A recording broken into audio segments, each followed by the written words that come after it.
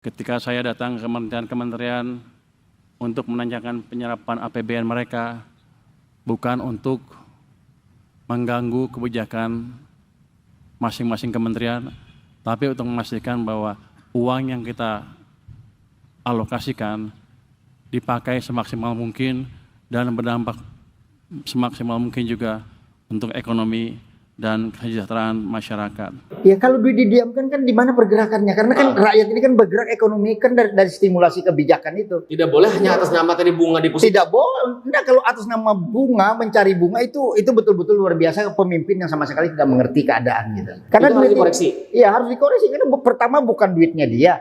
Kenapa dia simpan-simpan? Nah harusnya dibelanjakan sehingga rakyat menikmati apa yang harus mereka kumpulkan dari pajak itu. Harusnya orang yang tidak menggunakan APBD secara maksimal itu disanksi loh. Jadi kalau disanksinya sekarang turun itu salahkan gubernurnya. Artinya akibat dari kebijakan yang mereka lakukan justru kita rugi sekarang. Karena dianggap pusat tidak bisa melaksanakan pekerjaan itu sehingga duit TKD-nya itu turun.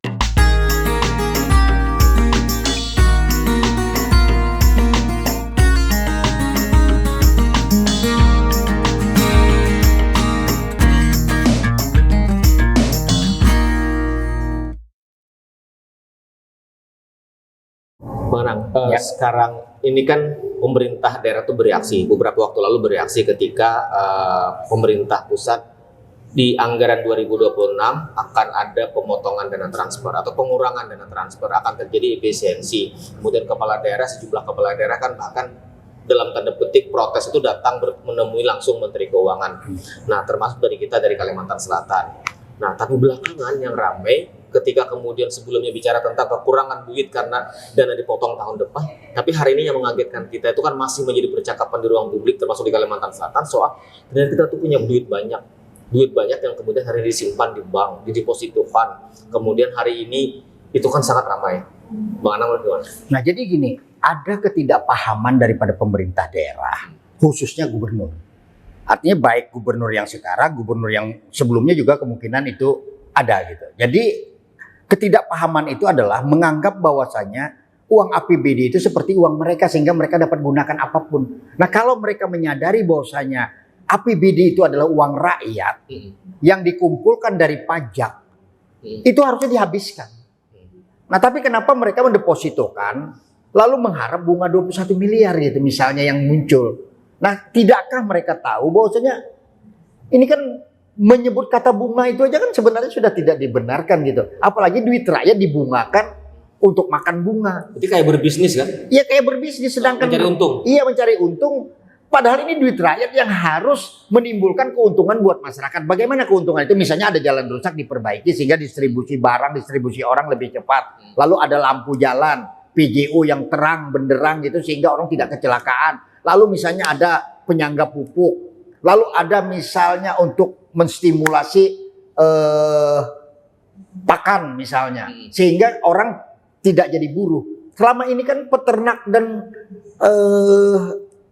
baik ikan ataupun peternak ayam itu kan seperti buruh. Karena begitu pakannya naik, maka otomatis mereka hanya menjual kelebihannya saja. Jadi sebenarnya mereka itu buru-buru karena jadi tidak mandiri. Keuntungannya sangat kecil. Keuntungannya sangat kecil karena hulunya dikendalikan oleh orang-orang ini. Nah, pemerintah ini tidak mengerti bagaimana menggunakan uang rakyat itu. Sehingga itu disimpan. Belum lagi soal silpa loh. Silpa ini juga hal-hal yang mencurigakan. Bagaimana mungkin silpa berkelanjutan terus?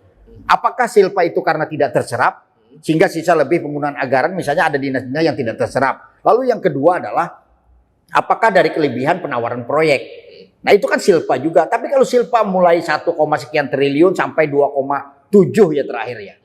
Terakhir 2,1. Nah 2,1 itu di anggaran 2024. Nah 2024 2,1 triliun silpa. Nah kalau 2,1 triliun silpa itu jelas tidak mungkin dari anggaran.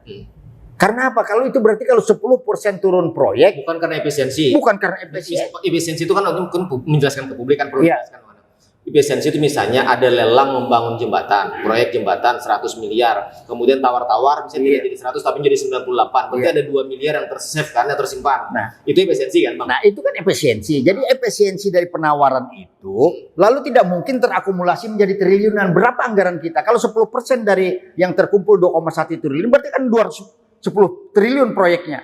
Kan logiknya tidak jalan gitu. Nah, saya mencurigai silpa-silpa ini memang harus diutak-atik lagi. Ini kan saya dalam target untuk melaksanakan ini terus terang saja. Saya akan cari data dan saya ada rencana juga mau melihat ini secara. Tapi saya tidak bisa sampaikan di sini. Tapi akan saya buka. Nantinya saya lihat kok silpanya ini bisa berlebihan seperti itu. Apakah tidak terserap ataukah ada permainan catatannya aja duitnya kan ada. Saya khawatirnya seperti itu, bukan menuduh. Tapi ada kekhawatiran seperti itu. Bang Ana, artinya cara yang dilakukan Menteri Keuangan Pak Purbaya dengan membuka data kemarin itu, Bang Ana setuju? Karena akhirnya kan publik tahu. Sebelumnya kita kan nggak pernah tahu itu kan. Iya, itu harus sebenarnya. Maksudnya di situ kan tugasnya Menteri Keuangan. Nah, tapi kan berbenturan dengan Mendagri. Nah, Mendagri ini kan juga bagian daripada pemerintahan yang dimana kepala daerah itu kan gubernur itu bagian daripada pemerintah pusat.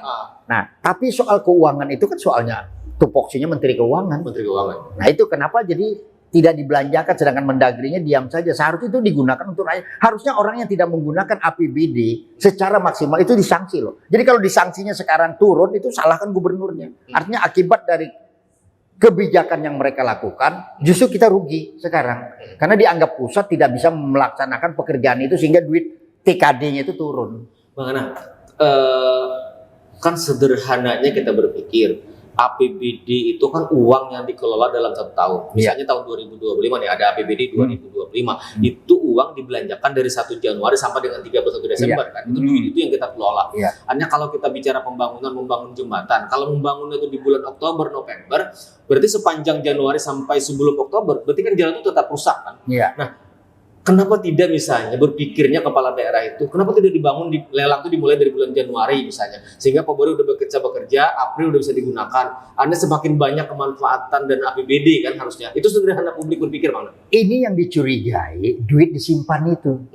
Sehingga diperlambatlah perjalanan proyek ini. Jadi duit ini mengendap beberapa bulan. Ini yang harusnya dibuka. Maka itu saya pengennya tuh audit investigasi daripada kementerian itu, baik instruksi Menteri Keuangan ataupun instruksi daripada Depdagri. Karena memang mengulur waktu proyek ini kan berarti uang mengendap. Anda bayangkan yang seharusnya misalnya kita bisa laksanakan setelah Januari Februari tapi terus diulur ke Desember. Itu 6-7 bulan itu yang mencurigakan. Karena kan yang sering juga kita bilang kayak berpola kan setiap tahun belanja APBD itu melenting di akhir-akhir. Oktober, November, Desember. Tapi Januari sampai dengan sebelum Oktober itu kan kayak melandai. Dan itu kan bukan gosip di ruang publik, tapi berdasarkan data Direktorat Jenderal DJKN aja, Direktorat Jenderal Kekayaan Perbendaharaan Negara, KASA, memang posisi belanja kita tuh rendah. Jadi nanti melenting itu di ujung. Iya, di ujung itu kan dia harus membelanjakan uang yang tadi disimpan tadi. Nah, proyek akhirnya kejar-kejaran, lalu proyek itu akhirnya tidak maksimal. Kualitasnya tidak maksimal. Proses hukum, prosesnya jangan-jangan juga. Iya, jangan-jangan pelelangan segala didesakkan kan agar orang-orang tertentu saja yang bisa. Nah, itu bukan rahasia umum gitu. Bahwasanya pemerintah itu bermain dengan uang rakyat untuk kepentingan dirinya. Itu sudah pasti. Karena itu terlihat dari cara orang menggunakan anggaran. Ketika dia menggunakan anggaran seperti itu, maka kita bukan hanya patut curiga, kita patut menuduh bahwasanya pemerintah itu memang ingin memindahkan uang rakyat ke kantong pribadinya. Jadi sehingga dicarilah pola-pola sehingga ada keterdesakan gitu. Nah, seharusnya kan kalau ingin menumbuhkan suasana usaha yang baik, maka justru harus diberi waktu yang longgar. Sehingga pemerintah juga memberikan stimulasi uang kepada pengusaha. Karena kan pengusaha tidak semuanya memiliki kemampuan usaha gitu. Tapi mereka ada yang memiliki kemampuan keilmuan tapi tidak didukung oleh modal. Nah, itulah pentingnya kenapa harusnya pemerintah itu lebih cermat. Tapi saya melihat memang ini ada pola yang terselubung. Bang Ana, kan ya itu penting. Tapi yang paling penting juga kan harusnya di otak pemimpin itu, kepala daerah itu jangan lagi berpikir APBD itu dibisniskan dalam rangka mencari duit dengan didepositokan dan segala macam Bang Ana. Karena pemerintah, Menteri Keuangan kan berkali-kali nih, kalau kita ingin menggerakkan ekonomi di ekonomi, itu kan tidak bisa hanya menggunakan mesin pemerintah dengan APBN saja, atau menggunakan swasta saja, tapi dua-duanya ini harus jalan. Ketika APBN bergerak misalnya, maka yang lain kan akan berpengaruh dampaknya. Tapi ketika duit ini didiamkan, Ini kan jadi semuanya di stagnan. Ya kalau duit didiamkan kan di mana pergerakannya? Karena kan rakyat ini kan bergerak ekonomi kan dari stimulasi kebijakan itu. Tidak boleh hanya atas nama tadi bunga deposito. Tidak boleh. Nah, kalau atas nama bunga mencari bunga itu betul-betul luar biasa, pemimpin yang sama sekali tidak mengerti keadaan gitu. Karena Itu harus duit dikoreksi. Iya harus dikoreksi karena pertama bukan duitnya dia. Kenapa dia simpan-simpan? Nah harusnya dibelanjakan sehingga rakyat menikmati apa yang harus mereka kumpulkan dari pajak itu. Jadi jangan berbangga-bangga kalau berhasil mendapatkan uang, dapat deposito, bunga deposito di situ. Kalau mendapatkan deposito itu sebaiknya jangan jadi gubernur gitu.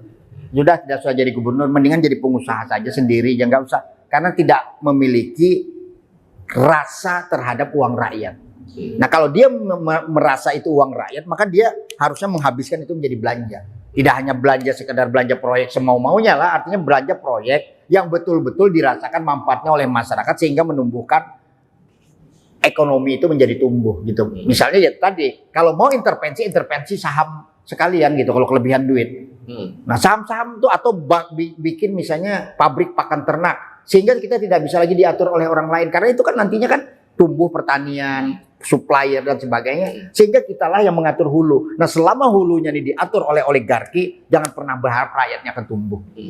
Jadi kalau ingin menunjukkan keberpihakan kepada rakyat, justru tadi bagaimana menggunakan dan memanfaatkan APBD itu dengan baik, dengan tadi belanja-belanja yang betul-betul membantu fasilitasi rakyat, misalnya petani, kemudian peternak, nelayan, segala macam di situ. Ya di bukan situ. kemudian menyimpan. Bukan kalau disimpan itu kan itu orang yang tidak pernah berpikir tentang tidak hanya tentang dirinya tapi juga berpikir tentang orang lain gitu. Karena kan kalau menyimpan duit deposito itu untuk apa?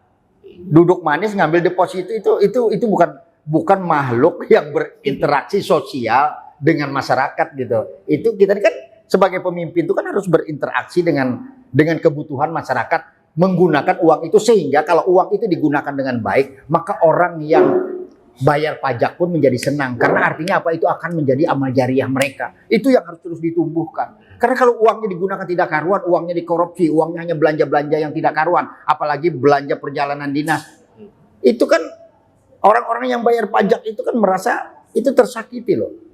Karena tidak digunakan dengan baik. Nah, kalau pemerintah yang baik dapat menggunakan anggaran itu dengan baik dan benar, lalu anggaran itu dirasakan oleh orang banyak, sebenarnya itu jalan mereka untuk menuju kebaikan dunia dan akhirat. Itu intinya dan kita pun yang bayar pajak itu pasti ketika dibangunkan dengan hal-hal yang baik, maka itu kan menjadi amal jariah. Itu konsep daripada sebenarnya pemerintahan ini. Jadi kalau kemudian hari ini publik kita masyarakat mengkritisi itu, mengkoreksi kebijakan pemerintah soal bagaimana tata kelola dan pemanfaatan uang dari pajak, APBD itu kan tadi dia dihimpun dari dana pajak dan segala macam. Maka itu hal yang wajar karena kita rakyat menuntut pemerintah mengelola dengan baik karena itu uang kita, bukan uang mereka. Iya, itu uang kita, bukan uang mereka. Cuma kan yang lemah ini kan kita punya DPR yang mewakili kita ini kan tidak ada. Quote and quote ada fisiknya tapi actionnya hampir tidak ada. Nah sebenarnya hal ini kalau DPR kuat, hal begini kalau DPR kuat, dia kan bisa minta interpelasi kepada gubernur. Artinya, loh kenapa ngendap? Anda harus jawab dengan nah interpelasi itu kan bedanya kalau cuma pernyataan di pers itu kan pernyataan lisan yang tidak mengikat. Tapi kalau interpelasi itu kan akan mengikat kepada mereka. Bisa naik ke hak angket. Nah, tapi kalau DPR-nya terlibat bagaimana? Karena fungsi anggaran itu ada di dewan.